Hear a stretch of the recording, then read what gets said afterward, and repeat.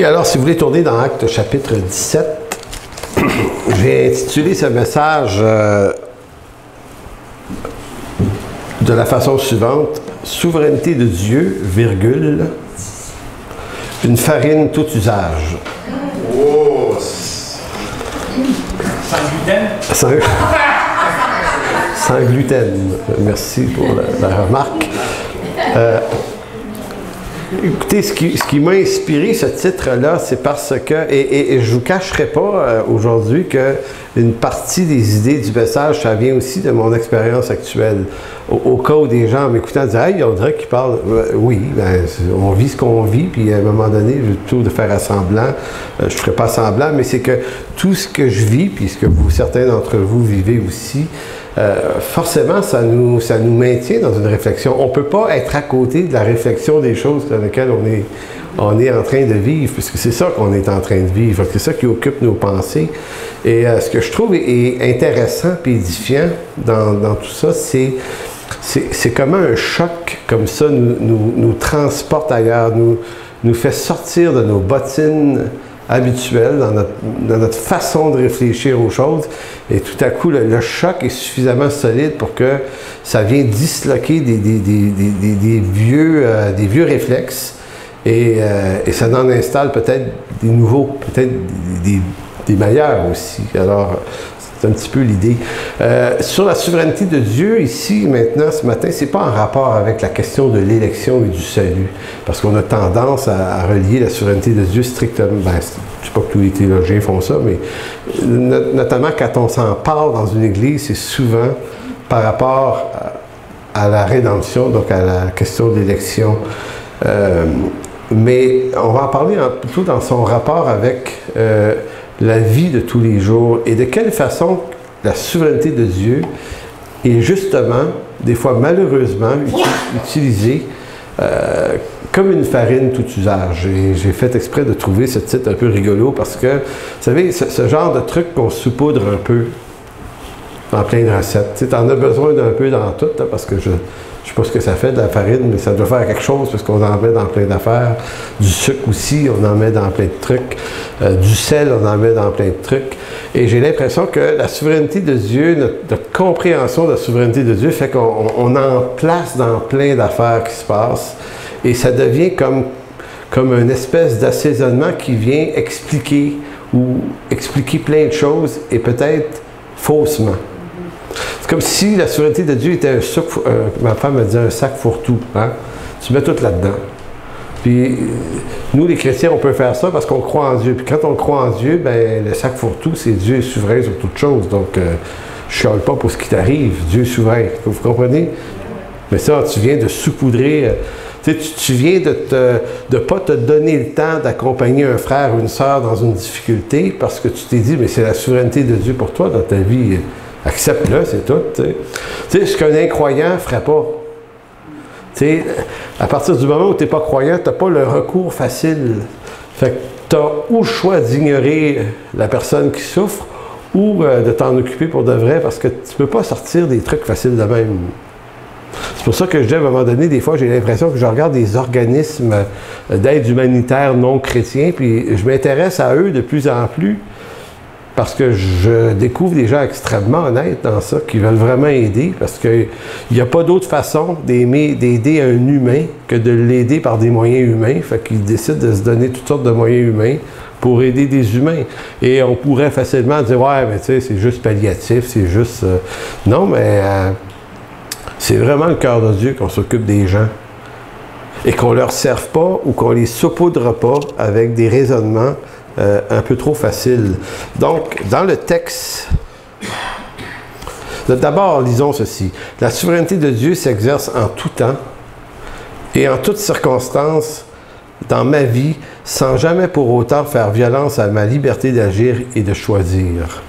Mais à la fois, rien de ce que je choisis n'échappe ni ne fait violence à la parfaite souveraineté de Dieu.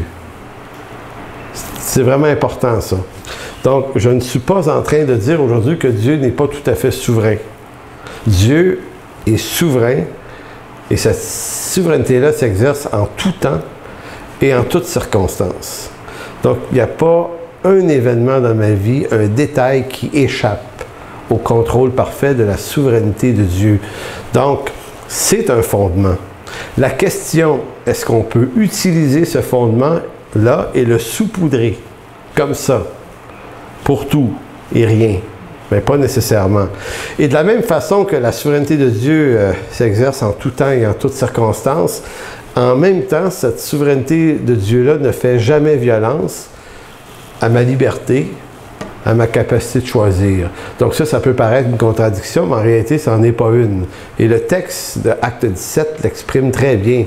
C'est-à-dire que si je lève le bras dans les airs, c'est pas Dieu qui a fait lever mon bras dans les airs, c'est moi qui ai choisi librement. Donc, voulez-vous faire un acte libre? Levez le bras comme ça, vous allez voir.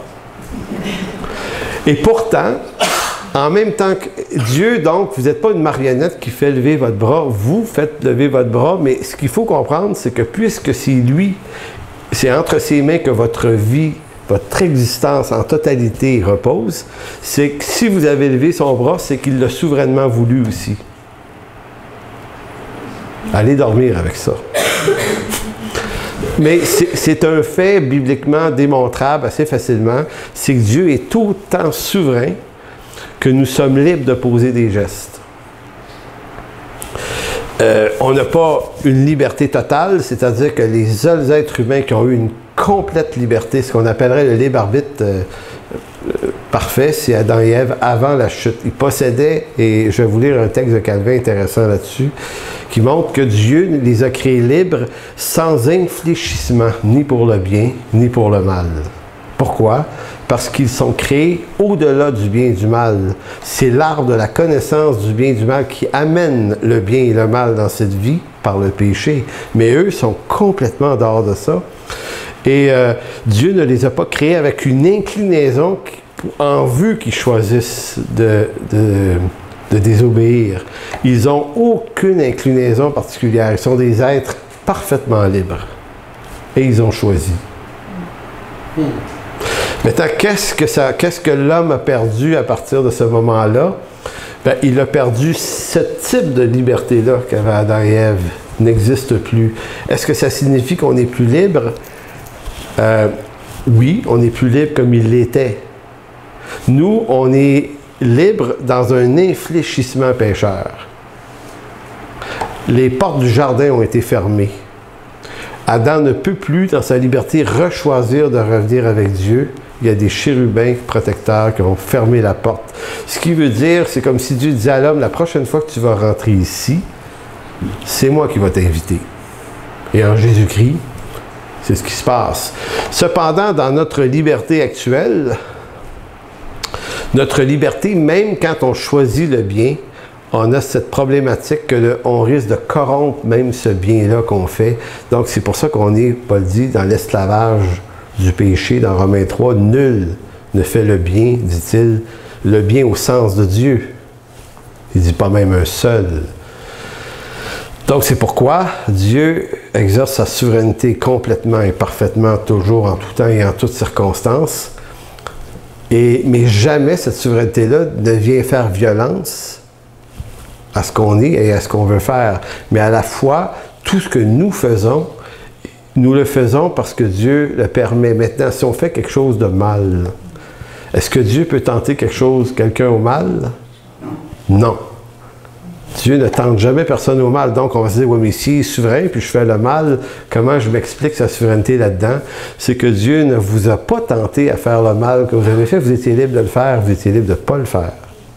Mais par inclinaison, vous l'avez fait. Mais puisque Dieu est souverain sur votre être, vos mouvements, non pas qu'il ait voulu ce mal, mais si vous l'avez fait, il vous a permis de le faire. Et il va le récupérer. Il est souverain, il fait ce qu'il veut. Mais disant qu'il vous a accompagné dans l'acte de le faire, ça c'est la souveraineté de Dieu qui s'exerce dans votre mouvement, dans votre être. Hein, vous comprenez? Maintenant, en disant ça, on n'est pas en train de dire que Dieu l'approuvait, le mal qui a été fait. Pas nécessairement. Parce qu'il n'a pas tenté à la chose. Donc, je ne peux pas dire j'ai fait le mal, mais vu que Dieu est souverain, c'est donc lui. Et ça, c'est des questions que Luther et Calvin se sont beaucoup débattus contre certains qui accusaient la doctrine de la souveraineté de Dieu en disant que Dieu et l'Évangile, c'est une confusion parce que le Dieu qui se dit souverain n'empêche pas le mal d'agir. Mais lui se dit complètement dégagé ou jamais ne tenter personne au mal. Donc c'est devenu une grande question au 16e siècle que celle-là. En fait, c'en est encore une aujourd'hui.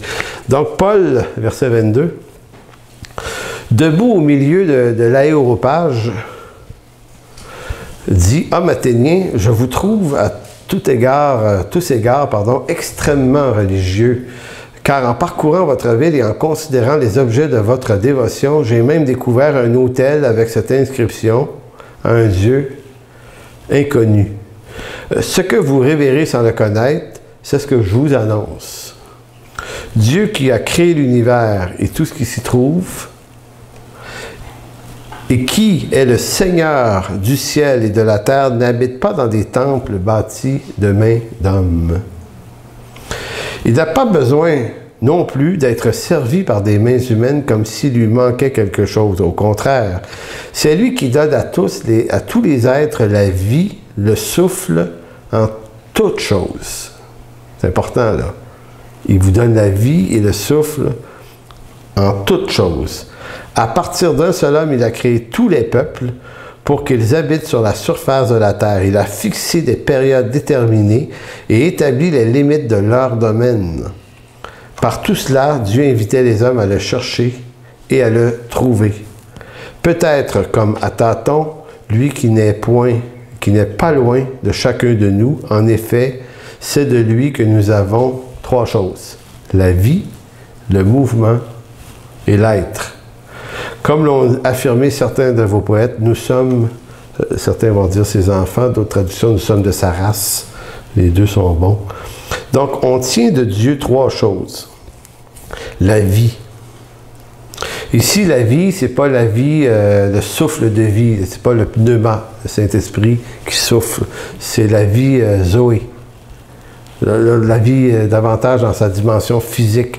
Donc, ce que Paul exprimait aux Athéniens ici, il parle de l'homme dans sa catégorie humaine et physique.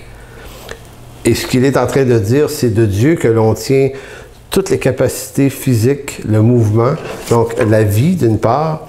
Quand il va parler du mouvement, vous connaissez la discipline qui s'appelle la kinéologie? Tu sais, qui est une discipline sur les mouvements, l'exercice et tout ça. Kinésiologie, oui, c'est ça. Donc, c'est le mot kinéo ici. Donc, la capacité de se mouvoir, de bouger. C'est pour ça que je vous disais, si vous faites lever, vous levez un bras, vous décidez de lever le bras, mais le mouvement qui vous permet de bouger est un acte de Dieu en même temps, souverain de lui. Et c'est ça qu'il faut penser, c'est pas Dieu qui a dit « bouge ton bras », c'est toi qui l'as bougé. Mais c'est lui qui te le fait bouger. À partir du moment où on arrive à être capable d'engranger ces deux idées-là, puis de dire « OK, c'est ça ».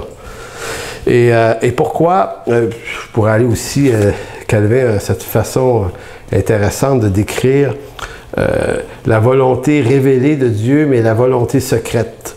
On comprend pourquoi un certain nombre de choses sont compréhensibles et, dit-il, comme les choses cachées appartiennent à l'Éternel, et les choses révélées à l'homme, c'est Deutéronome 29, je pense que c'est le verset 29, pas sûr, il va dire qu'il y a effectivement des raisons qui appartiennent à Dieu et qui nous sont cachées sur le pourquoi de certains mouvements. Pourquoi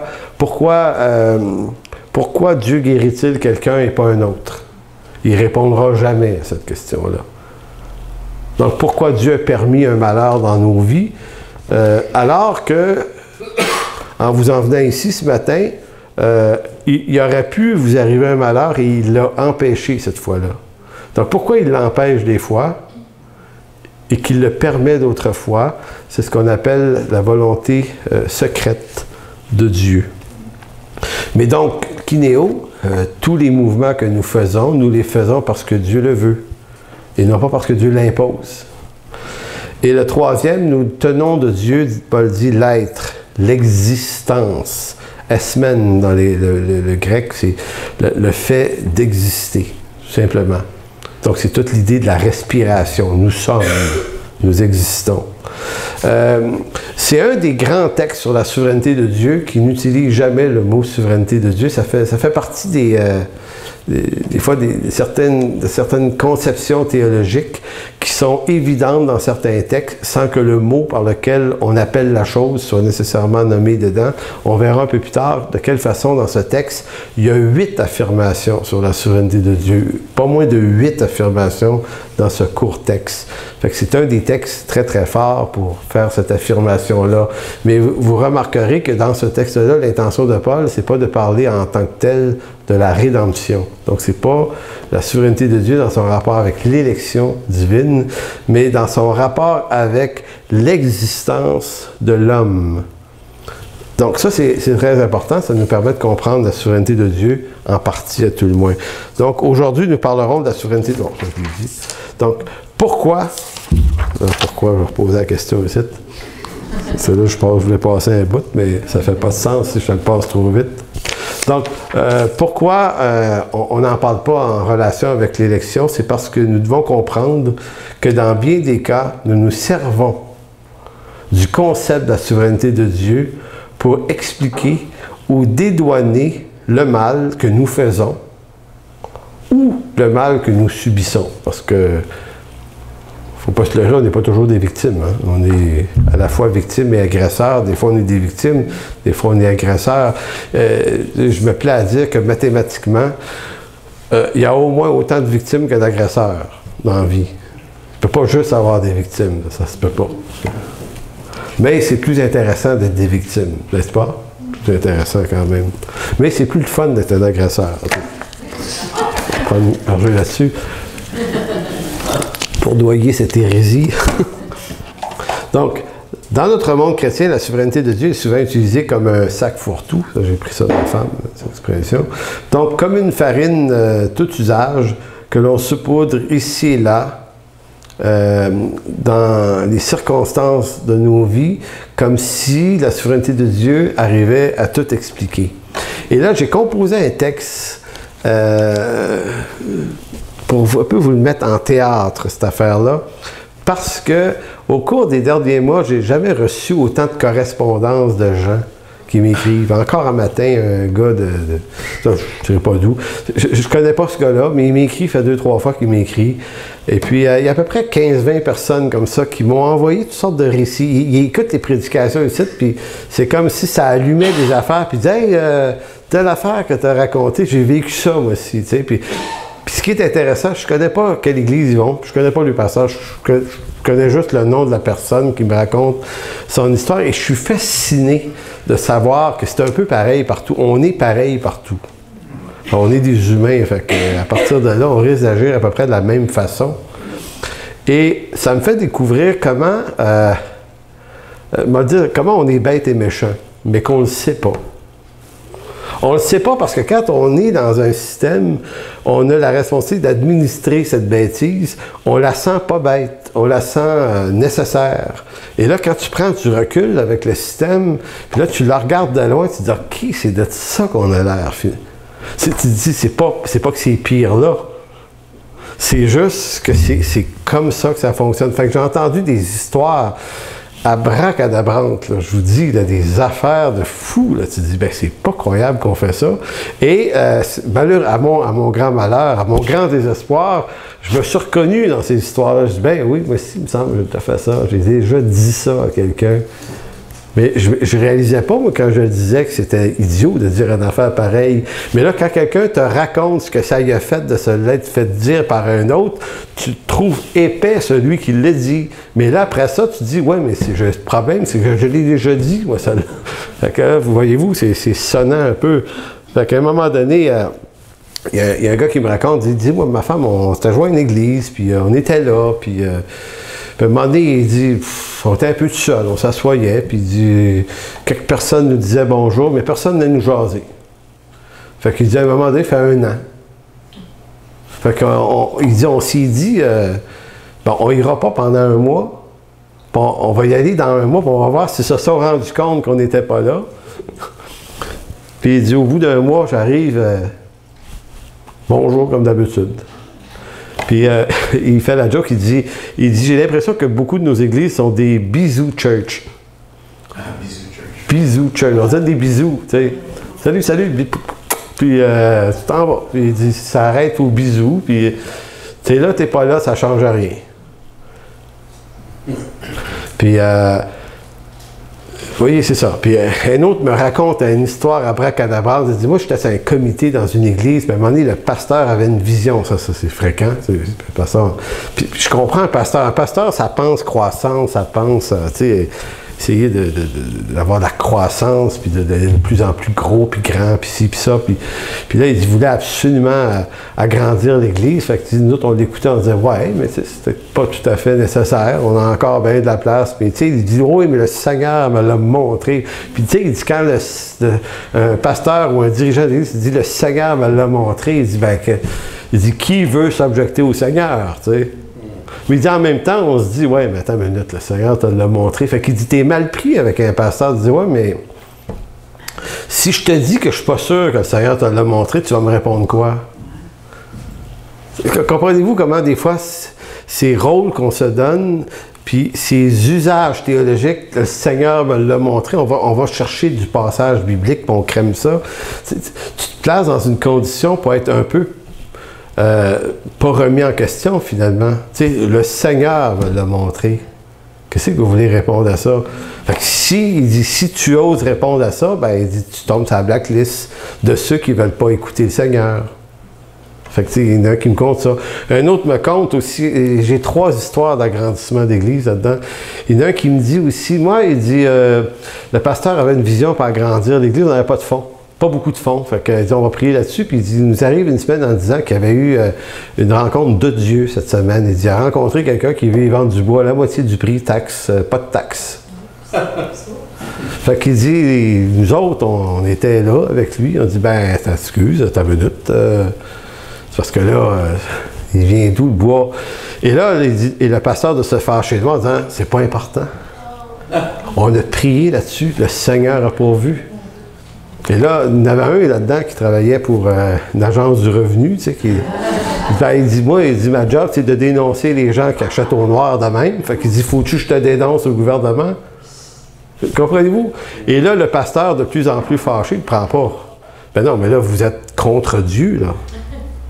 C'est Dieu, là, qui a fait ça. Vous voyez, c'est ce genre de truc-là. Et ma foi, tu sais... ma carrière pastorale me fait lire ces trucs-là, puis tu sais, c'est comme, c'est drôle, puis ça l'est pas. Puis je me reconnais, moi, dans des histoires comme ça. Je me dis, c'est vrai qu'on est dévoré par des ambitions, puis à un moment donné, on se sert de la souveraineté de Dieu. Comprenez-vous l'idée du message? On est capable, nous, de se donner des outils bibliques pour venir renforcer des fois des raisonnements. Et l'élément qu'on prend dans l'Écriture, c'est un raisonnement qui est juste, qui est théologiquement juste, mais qui est injustement utilisé. Au fond, pour rencontrer nos ambitions dévorantes.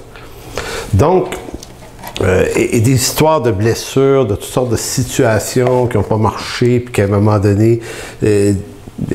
une personne qui me raconte, a dit, je suis allé un bout de temps dans une église où je sentais que les finances, c'était pas clair comment qu'on faisait ça. Fait que, puis à un moment donné, tu as l'impression que c'est le pasteur qui s'occupe de tout, là.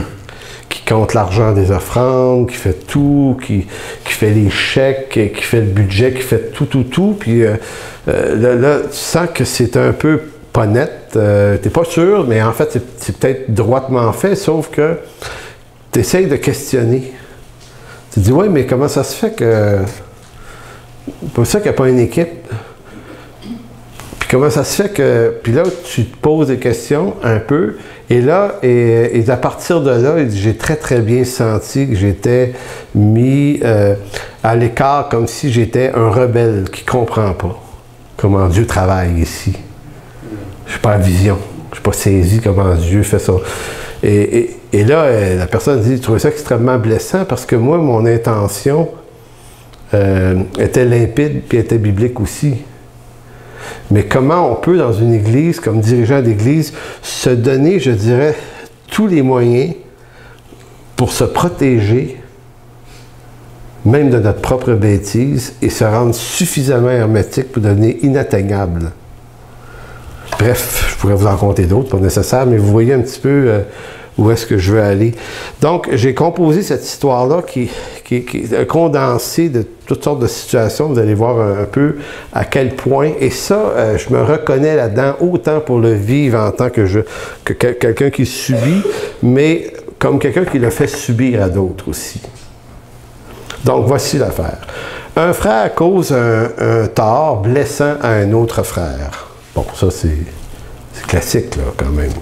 Puis, un troisième frère, qui, voulant défendre le frère qui a causé ce désagrément, mentionne au frère blessé que cette blessure ne devrait pas l'affliger tout autant, puisque Dieu, dans sa souveraineté, l'a voulu ainsi. Vous voyez l'idée? Si Dieu est souverain, mais pourquoi tu te dis blessé d'abord? Et là, tu prends le frère en question, au fond, il prend l'usage de la souveraineté de Dieu qui est vrai,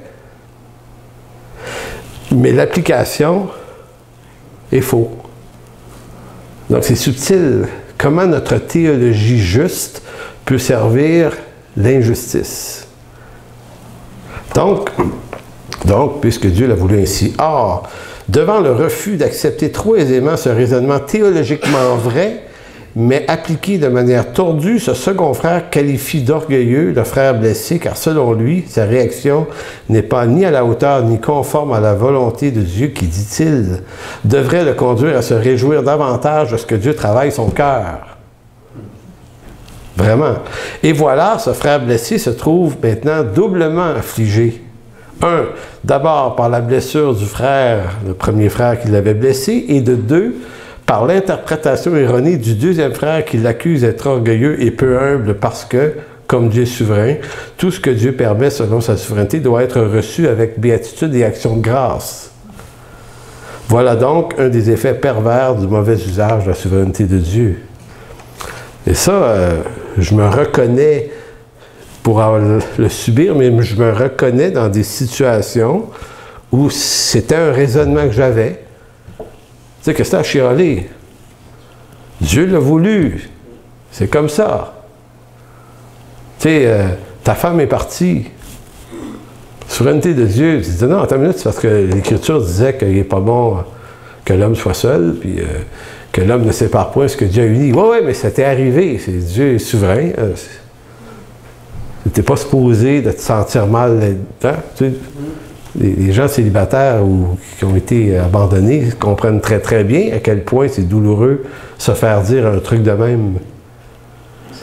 Là, tu n'es pas en train de comprendre le malheur du frère ou de la sœur qui subit l'abandon. Tu es juste en train de traiter ça avec des assaisonnements théologiques quelconques qui devraient te satisfaire. Mon frère, bouffe ça, puis arrange-toi avec ça, puis on ne te permet pas de trouver ça rough. On ne te permet pas. Ça serait manque de foi, ça serait charnel, ça serait... voilà. Donc, bien que la souveraineté de Dieu utilise souvent le mal pour nous...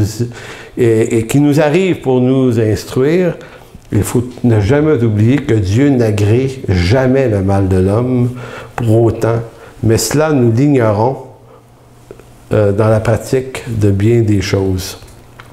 Donc, oui à la souveraineté de Dieu, parce que vous voyez que le problème n'est pas dans la réalité d'une souveraineté pleine et entière de Dieu. On disait au début, Dieu exerce sa souveraineté en tout temps et en toutes circonstances. Ça, là, on ne peut pas dire oh, Dieu est moins souverain, finalement. Il y a des circonstances où il n'était pas trop souverain. Il était arrivé un malheur. Tu sais, Dieu a fermé les yeux 3 secondes, bang, c'est arrivé. Il l'a manqué, celle-là. Non, ça se peut pas. Donc, on ne peut pas ne pas affirmer que Dieu n'est pas souverain. Et c'est pour ça que j'expliquais, de lui, on tient le mouvement et l'être. Donc, il y a toutes sortes de circonstances qui sont arrivées qui ne révélaient pas la volonté de Dieu et que pourtant, dans sa souveraineté, Dieu a laissé arriver. Pourquoi? Parce qu'on est dans un monde pécheur et dans un monde pécheur, le péché agit aussi.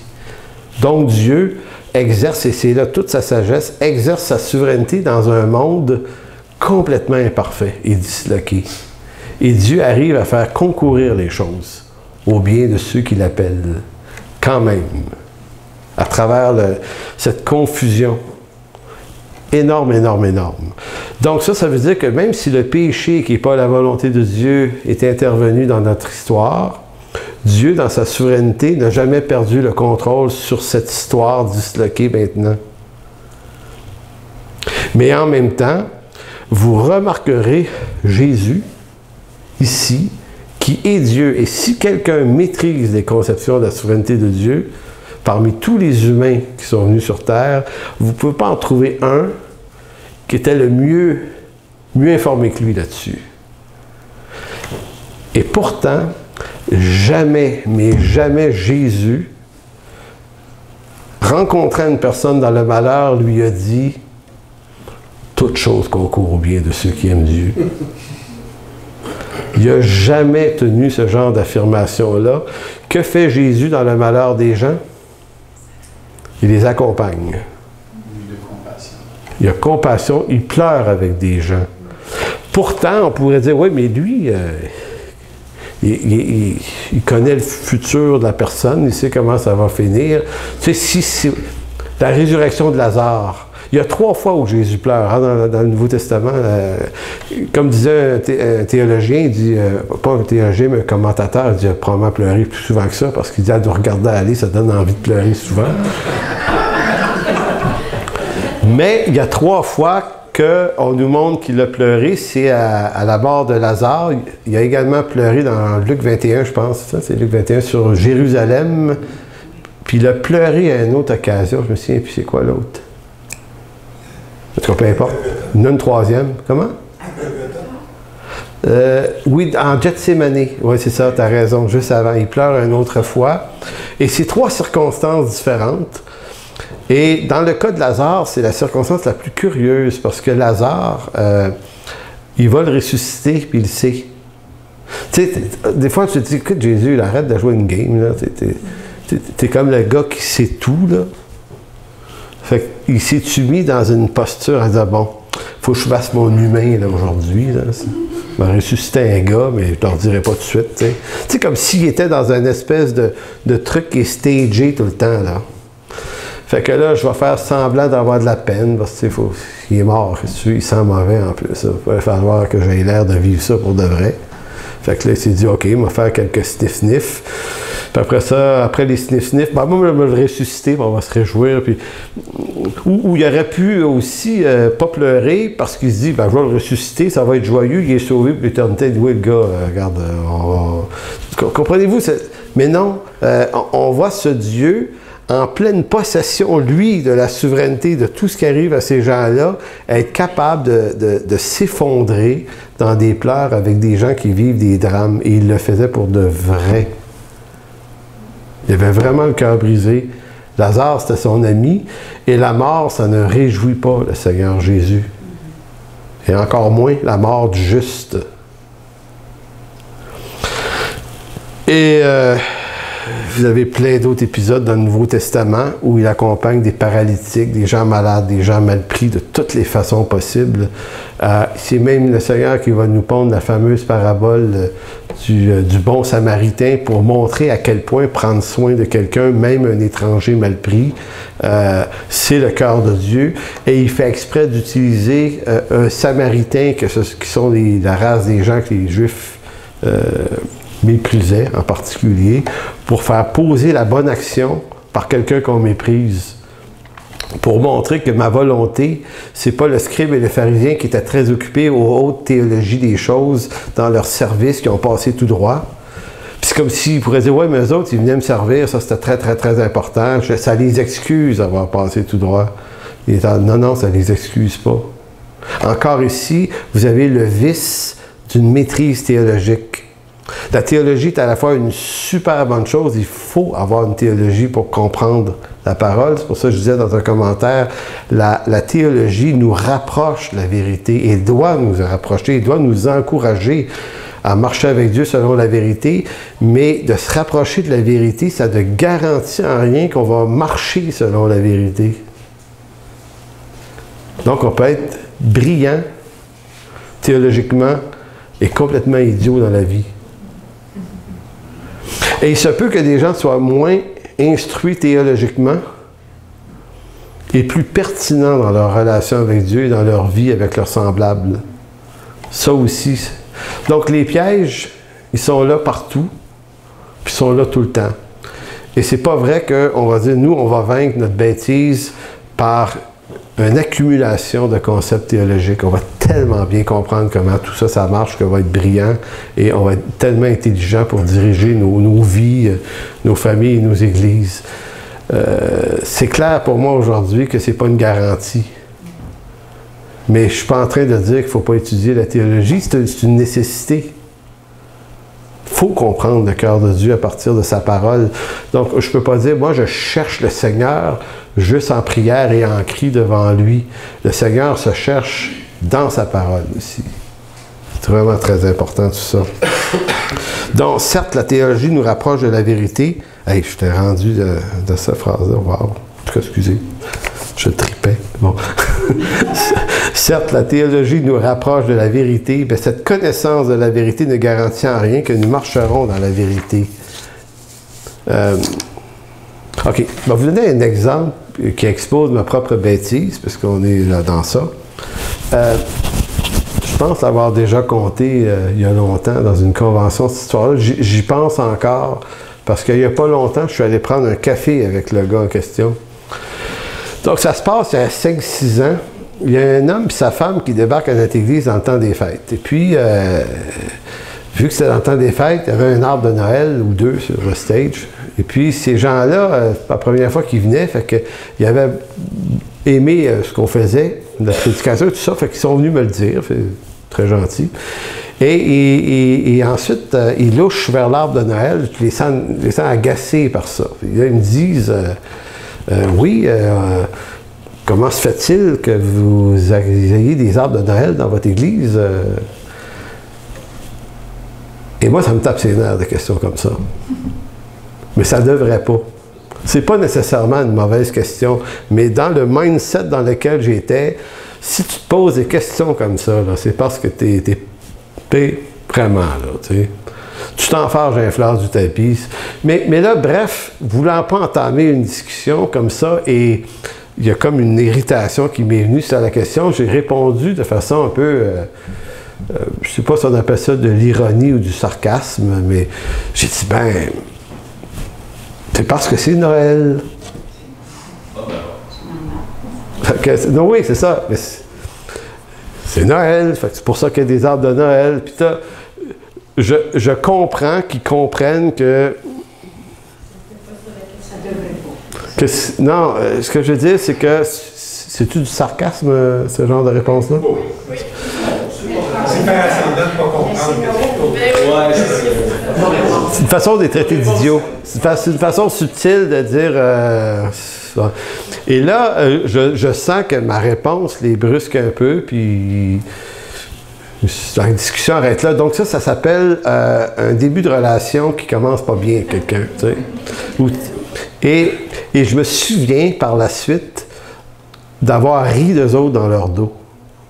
En parlant avec d'autres mondes, avec ouais, il y en a deux là, dimanche, là, que d'autres, là, ils m'ont posé telle question là, sur l'arbre de Noël, puis j'ai répondu ça. Puis là, tu sais, puis bon.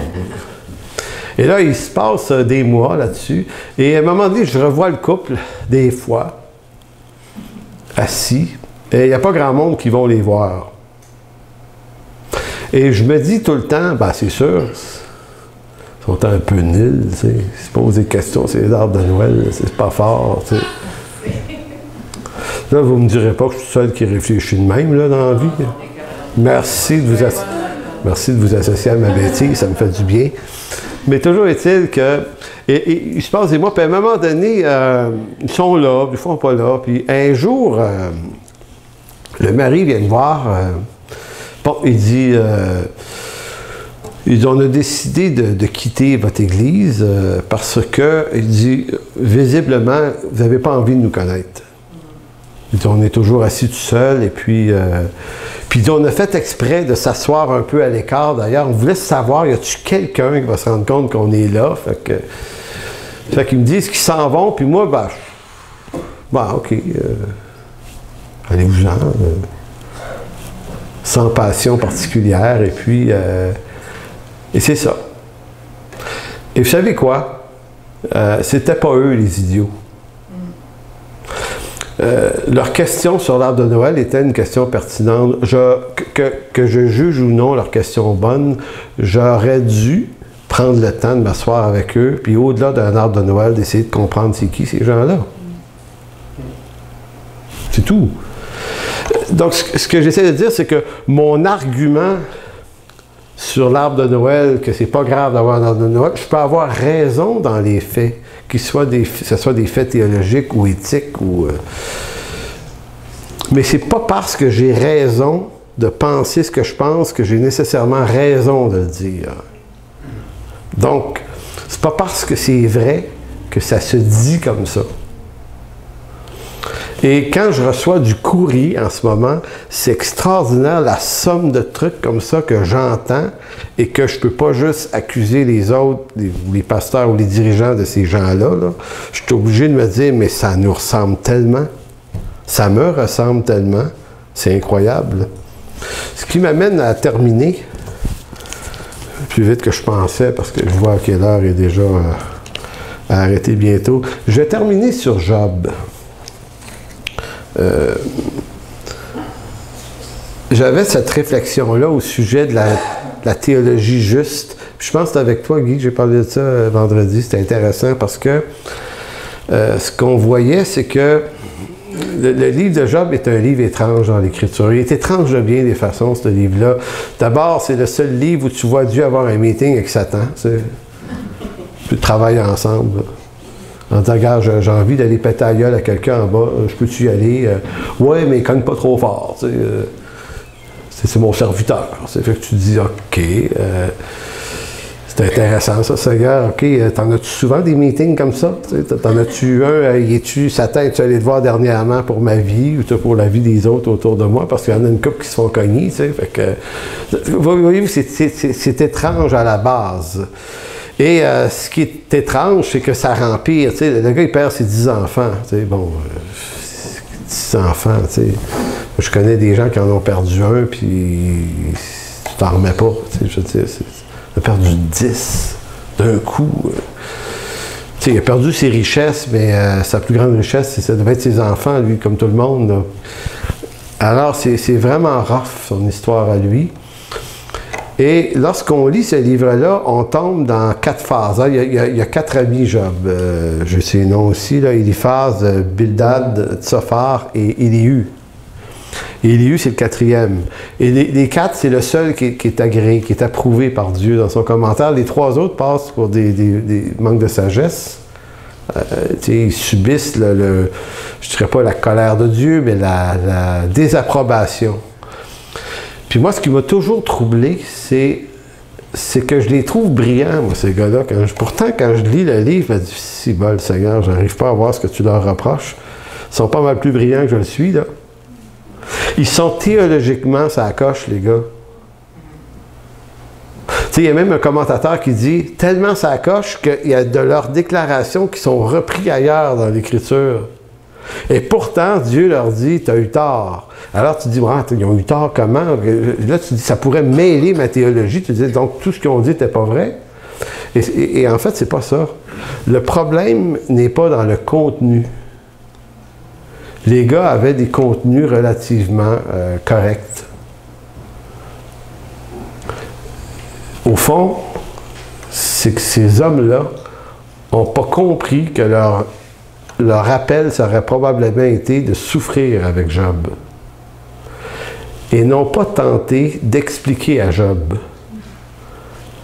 les raisons de sa souffrance. Parce qu'en voulant expliquer à Job les raisons de sa souffrance, ils sont rentrés dans l'espèce de conception que ce qui t'arrive, Job, au bout de l'affaire, puisqu'on a affaire à un Dieu souverain, c'est profondément ou très certainement de ta faute, finalement. Parce que, comme un commentateur disait, c'est dans l'idée que la force de l'épreuve qui t'arrive doit être certainement proportionnelle à ton péché. Et Job résiste. Et ça fait un tumulte là, entre lui et ses amis, parce qu'effectivement... et là, la difficulté, c'est aussi que Job se fait traiter de pécheur là-dedans. Mais c'est compliqué, cette affaire-là, parce qu'il est effectivement un pécheur, et ça, c'est toujours vrai. On a tous en nous une part de colère, une part de rébellion, une part de bêtise. Donc, affirmer à un croyant dans la souffrance qu'il y a une part de bêtise qui a probablement causé sa souffrance, c'est de lui avoir absolument rien dit. Non? Et c'est pour ça que lorsqu'on regarde Jésus, qui rencontre en chemin des gens malades, des gens mal pris, on sait bien que beaucoup de ces gens-là sont probablement responsables du malheur qu'ils vivent. Donc, il y a un problème, là. La femme au puits de Jacob a eu 5 maris, il y a un problème, là. Non? Mais il faut voir que, bien que cette affaire-là est adressée avec elle, c'est pas de ça dont ils vont parler pour autant. Jésus ne sera pas dans ce dialogue-là. Il va être dans le dialogue de l'édification, de l'encouragement, de l'accompagnement, disons, de la délivrance, de la révélation. Il va être dans un discours qui va aider la personne, même si elle est coupable. Même si elle est 100% coupable. Et Jésus ne s'est adressé qu'à des coupables, 2000 ans. Qu'à des coupables. Et dans tous les cas, il a été là pour eux. Et il s'est adressé à il a édifié des super coupables. J'aime souvent dire encore là, Pierre qui l'a renié 3 fois, là, ça c'est quelque chose dans l'offense faite à la personne de Jésus, et Jésus va réaccompagner Pierre dans la réinstallation de son appel, de sa vocation, et c'est probablement une des raisons pour lesquelles Dieu fait des reproches aux 3 amis de Job. Il ne leur fait pas un reproche d'avoir menti ou d'avoir erroné théologiquement. Il leur fait un reproche, au fond, de ne pas avoir accompagné Job dans son malheur et sa tristesse, mais de l'avoir jugé orgueilleux, de l'avoir jugé, donc de sortir tous les arguments accusateurs pour reblesser Job à nouveau dans ce qu'il est. Et c'est ça la bêtise humaine. Et quand je nous regarde aller, nous, chrétiens, certainement bien intentionnés, je réalise à quel point on reproduit ces schémas-là qui sont blessants, qui sont accusateurs, parce que c'est profondément humain et malfaisant de le faire, probablement, mais parce que peut-être qu'on ne réfléchit pas assez sur notre approche qu'on devrait avoir avec les gens. Puis encore là, si on prend l'exemple des itinérants, tu sais, dans les rues, où souvent on s'est dit ben c'est de sa faute, tu es là, c'est à lui de ne pas boire, c'est à lui de ne pas faire ci, c'est à lui de ne pas lâcher sa femme, de ne pas ci, de ne pas... Tu sais, en fait, c'est pas juste des victimes là, qui sont là, il y a des gens qui ont vraiment fait des choses qui les ont amenés là aussi. Mais est-ce que nous, notre amour pour les gens, notre affection pour les gens, notre compassion pour les gens doit surpasser notre jugement qu'on a contre eux? Et c'est ça la rédemption. C'est ainsi que Dieu nous traite. Donc c'est comme ça qu'on va traiter un frère. Donc si vous voyez un frère ou une sœur mal pris, qui vit quelque chose de difficile, écoutez-le plutôt. Écoutez-le. Ça va être œuvre utile par la grâce de Dieu. Amen. Alors, merci de bénir cette parole aujourd'hui, Seigneur. Seigneur, c'est une prédication que je trouve qui me fait peur à moi-même. Puisque c'est d'abord ma propre bêtise à moi que tout ça expose. Mais Seigneur, c'est par ta grâce qu'on s'en sort aussi. Seigneur, fais-nous la grâce de te servir, non pas en vue d'être meilleur que d'autres, parce que c'est encore une autre bêtise que de chercher juste à être meilleur. Mais certainement, Seigneur, rends-nous authentiques dans les relations. Crée en nous ce regard authentique sur les gens, ce regard qui est le tien sur les hommes et les femmes qui souffrent. Entre nous d'abord. Il faut qu'on s'exerce ça en Église, Seigneur, parce qu'il y a tout au milieu de nous pour exercer cette compassion, cette affection, ce pardon, cette relation pure entre nous, qui ne fait pas que remarquer la faute de l'autre, mais qui peut pardonner aussi, qui peut encourager, qui peut édifier. Merci, mon Dieu. Amen.